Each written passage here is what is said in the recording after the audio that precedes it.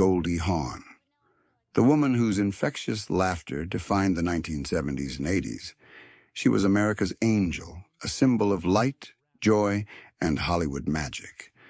But what if I told you that behind that perfect, effervescent smile lay years of panic attacks, professional betrayal, and a private war against the most powerful, arrogant men in the industry? At 79, Goldie Hawn is breaking her silence, revealing the 6 actors she secretly despised and swore she would never work with again. This is not about gossip. This is about power, respect, and the hidden cost of maintaining a flawless public image in a world that only valued her giggle. We're dissecting the pain, the betrayal, and the quiet, calculated revenge of the woman who refused to be reduced to a caricature. If you thought you knew the real Goldie Hawn, prepare to understand the trauma hiding behind the joy. Hit that subscribe button now and let's delve into the dark side of Hollywood's Golden Girl. We begin with the actors whose arrogance created the deepest wounds, challenging Hawn's professionalism and her self-respect. Bill Murray, the unpredictable genius who crossed the line. On paper, the pairing was a dream, America's sweetheart with comedy's wild card. The reality, however, became a nightmare Goldie Hawn could never forget. This was not about one fight, but a defining moment of public humiliation during a table read for a late 1980s studio comedy. Murray arrived notoriously late. Loud, disheveled, and unapologetic, he tossed his half-empty coffee cup onto the script pages and announced, "Now we can start." Goldie sensed the volatility immediately. As the reading began, Goldie delivered her lines with warmth and rhythm, but Murray interrupted mid-scene, smirking, "Why don't you try acting like you've done drama before?" The men in the room burst out laughing. Goldie did not. She simply closed her script, rose from her chair, and walked out without a word. That silence was louder than any argument. "He thinks unpredictability is genius," she later confided. "I think it's exhausting." That incident changed her career trajectory. She immediately erased herself from the project, choosing peace over chaos and avoiding volatile geniuses who confused cruelty with creativity. Dustin Hoffman, the humiliation that shattered respect. Third on Goldie's silent list is a name no one ever expected. Dustin Hoffman, the man the world called a genius, but to Goldie, he was the person who shattered her belief in her own range. In the early 1980s, Goldie was ready to take a bold step away from her light-hearted image. She wanted to prove she could make the world feel, not just laugh. She was invited to read opposite Hoffman for a prestigious drama. Halfway through their reading, Hoffman suddenly stopped, looked at her stone-faced, and turned to the producers, dismissing her entirely. "She's still playing it like a sitcom." The words hit like a slap. Goldie finished the scene with calm precision, thanked them politely, and walked out. The next morning, she called her agent and said flatly, "I won't fight for respect in a room full of men who already decided I'm a joke." From that day, she never worked with Hoffman again. He thought he had exposed her weakness, but he only exposed his own arrogance and the industry's bias. Chevy Chase, the onset arrogance that broke their friendship. "If I ever have to smile next to Chevy Chase again, I'll quit Hollywood." That's how deep the anger went, placing Chevy Chase high on her silent hate list. Their film, Foul Play, 1988, looked like a dream project, but behind the cameras, it was a constant nightmare, fueled by Chase's insecurity. Chevy walked onto set like he owned the studio.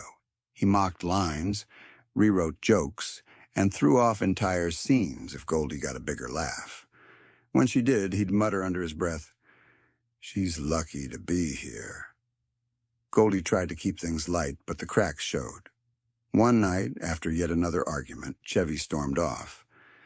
Goldie stayed behind, quietly sitting on the steps, whispering to her stylist, "He's not funny when the cameras stop rolling. He's just mean." By the end of filming, the two couldn't even look at each other. The studio begged her for a sequel, but she didn't hesitate. Not interested. Between the direct professional insult from Dustin Hoffman and the constant petty sabotage from Chevy Chase, which form of arrogance is the most damaging to an actor's career?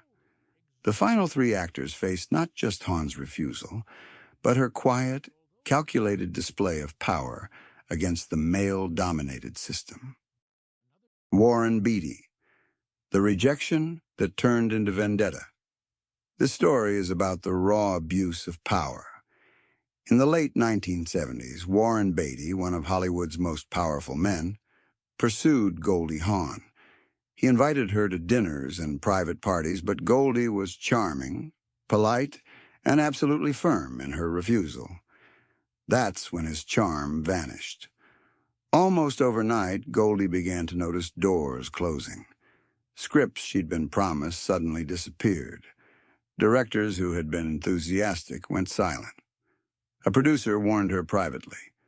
"Warren says, you're difficult."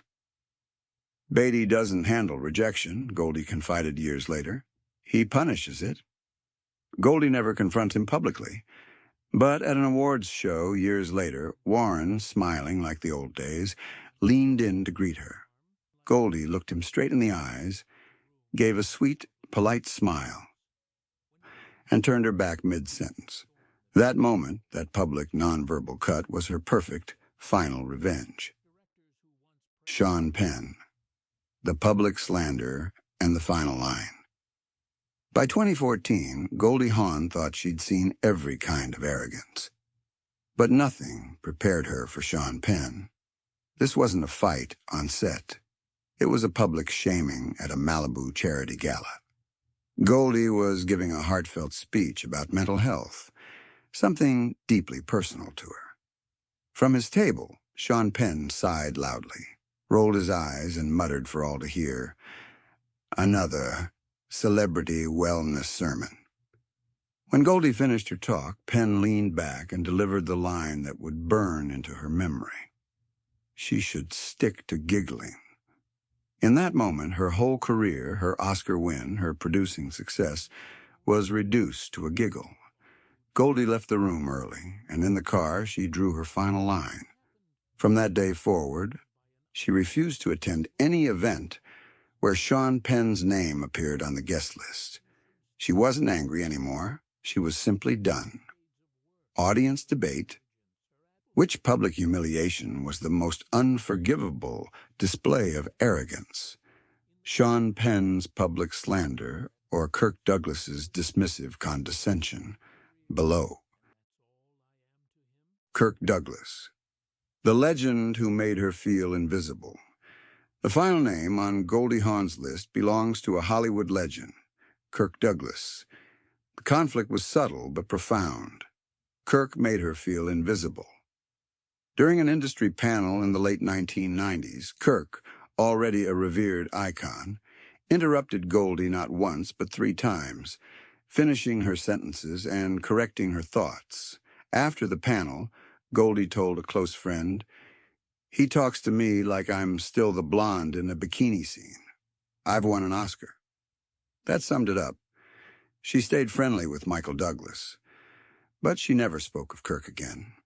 "Some men," she later said quietly, "don't deserve a second act in your memory." The tragedy is that Kirk Douglas never knew he was on her list. And that is Goldie Hawn, a woman who was constantly underestimated by the men around her, but who quietly rebuilt the boundaries of her own life. She redefined acting, but her toxic behavior, the outrageous pranks, the crippling waste of budget, is what truly cemented his name as the biggest and perhaps the most tragic figure in Hollywood history. Goldie Hawn carried most of these secrets for decades, seeking what society often denied women: respect, control, and the right to define her own legacy. The final question remains, do you think Goldie was right to stay silent all those years? Or should she have exposed their behavior sooner to help other women in Hollywood? Leave your analysis in the comments below. If you enjoyed this deep dive into the true cost of fame, hit that like button and subscribe for more unfiltered film history.